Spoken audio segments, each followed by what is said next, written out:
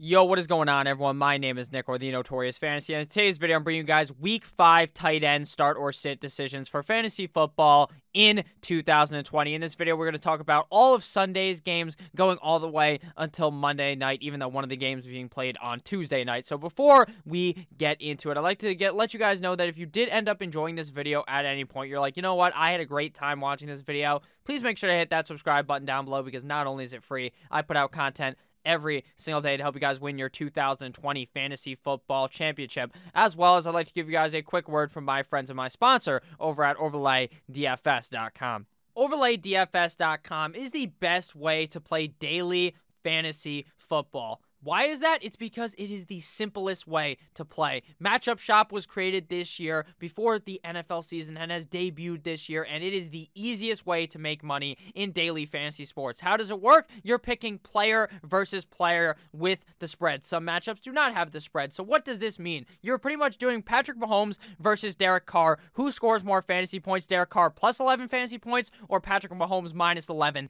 It is that simple to figure out. You do research all week long to figure out which fantasy players you want to start and sit. So why not play the most simple start-sit game here on OverlayDFS.com? Link down below in the description.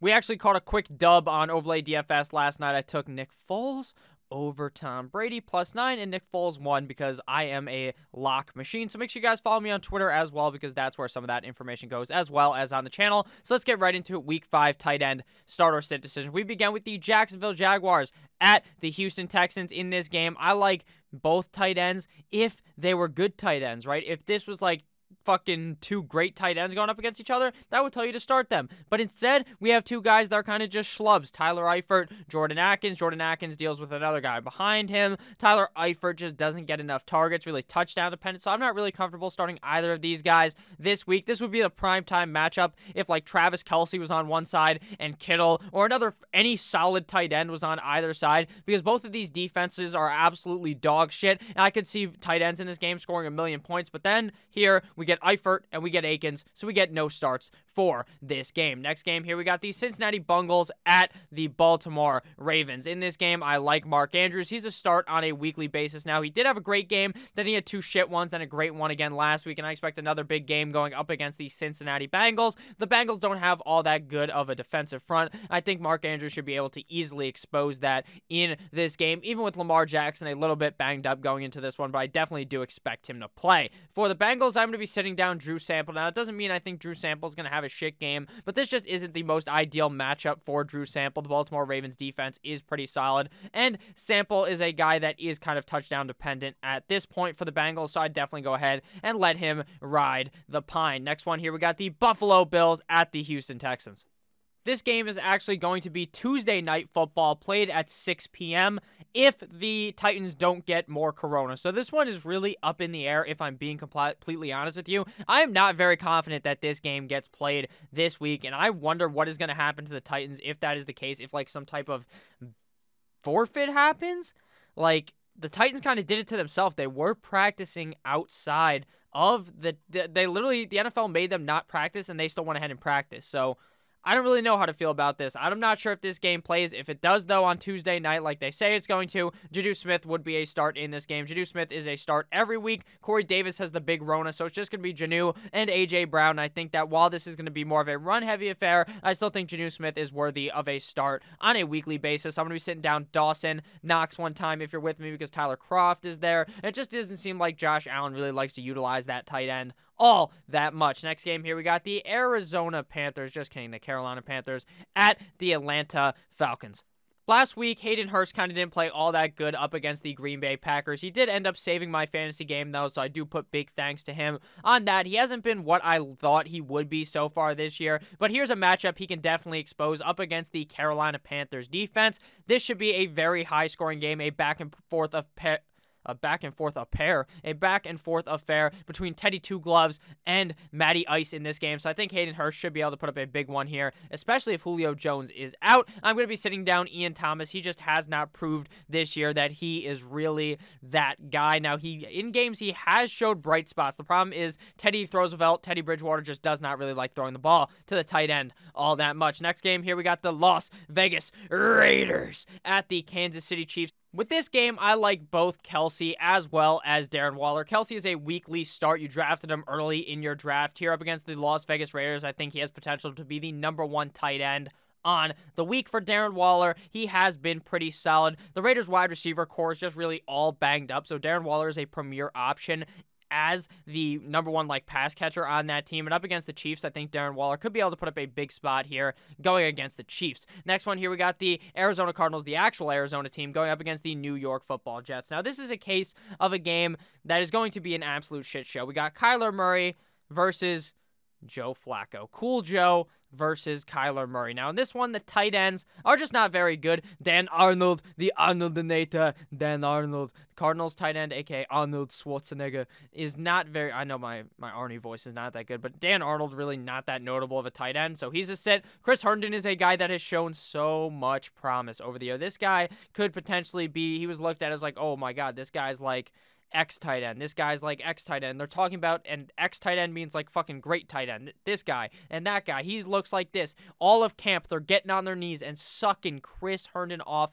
Gobble him, swallow him. That's what they're doing. And then during the season, Adam Gase was too busy blowing some booger sugar on the sideline to realize that Chris Herndon needs to get the fucking ball in his hand. And Chris Herndon is just not getting fed the way he should be, considering they have zero wide receiver core and zero talent on the wide receiver core. So I don't understand it, but Chris Herndon is definitely a sit for me. This guy is absolutely not getting used correctly, and Adam Gase needs to be fired. Next game here, we got the Philadelphia Eagles at the Pittsburgh Steelers. Now, I am going to be starting Zach Ertz in this game, but he is the next to him because what has he done recently?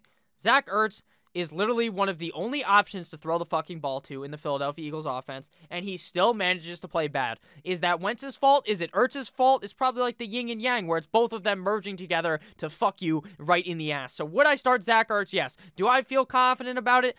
Fuck no. The Pittsburgh Steelers defense is very good. Carson Wentz is very bad. Zach Ertz hasn't been very good. So if you have other options, start them.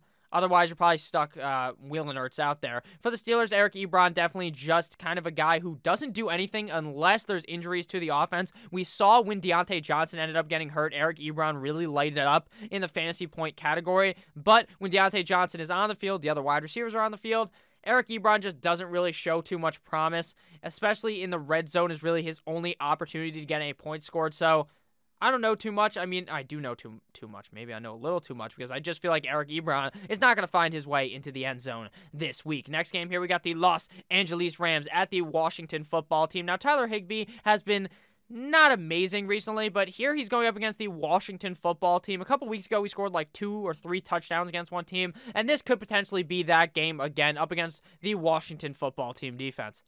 I really think this whole Rams offense is just going to railroad the Washington Football Team. We really have to see in this game, is Kyle Allen the real deal? Why the fuck would you go against Dwayne Haskins? Why are you sitting him? This guy's played 14 games or something like that ever in his NFL career. Maybe it's even lower. It might be 10.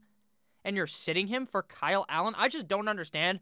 I mean, I talked about this before, but I really think Dwayne Haskins might be on his way out. He might end up getting traded. So, with the Washington Football Team, Logan Thomas, I'm really bought out on him. I was very bought in on him early in the season. He was playing well, but he hasn't played very well at all recently. So, I'm just all sold out on Logan Thomas. Kind of like when you go to fucking McDonald's and they're all sold out on the ice cream machine. That's how I feel about Logan Thomas. Next game here, we got the Dolphins at the 49ers. The first game of the middle day schedule of Sunday. I like both tight ends in this game. George Kittle has proved that this guy is a fucking monster. I think Jimmy Guap, Jimmy GQ is going to be the starting quarterback in this game. And I like George Kittle in this. This guy just gets fed the fucking rock for breakfast, lunch, dinner, dessert, second dessert, third dessert. He has 4 different fucking desserts all over any team. The Dolphins will be no less. This guy's going to blow his load on each defender. All 11 of you get some of George Kittle all over your fucking face because George Kittle takes these guys and throws them straight into the ground. He does the 619 Rey Mysterio. He does everything to these guys. It is legitimately, I could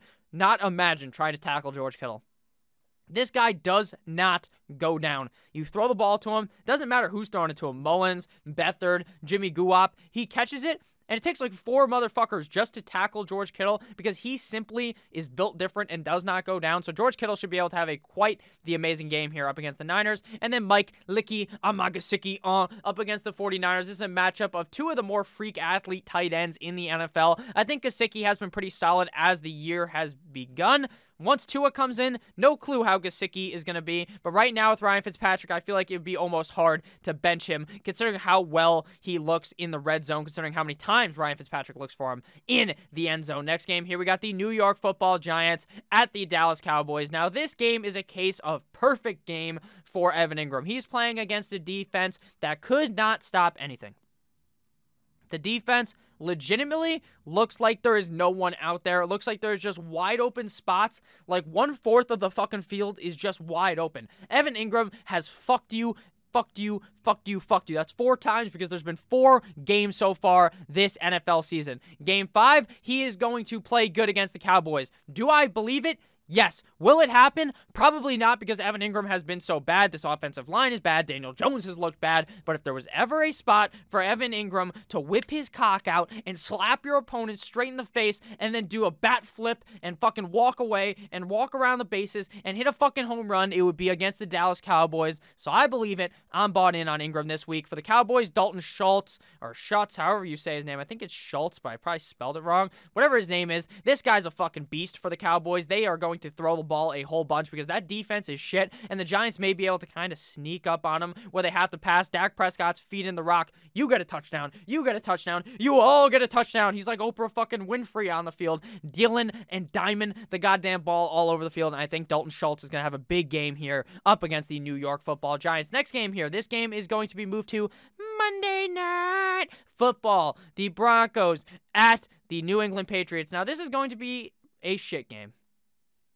Could have been fun to watch Wham Bam Cam Newton lay the pipe for that ass like he's a plumber up against the Denver Broncos, but instead, I want to be watching old man Brian Hoyer, a.k.a. Mr. Clean, or Jarrett Stidham, so it's going to be boring. It's going to be a snooze fest, so don't start either Noah Fant because he's out, or Ryan Izzo of the New England Deflatriots. Next one here, we got the Colts at the Browns. This has potential to be a higher scoring affair here on Sunday. Mo Alley Cox has been giving out his cocks to the opponent of the defensive opponent. Mo Alley Cox has been balling out of control. Jackie Jack Doyle is back and was back last week, but I don't think he's fully back enough. I think Phillip Rivers loves Mo Alley Cox. Mo Cox, Mo problem, so he's going to continue to throw the ball to him.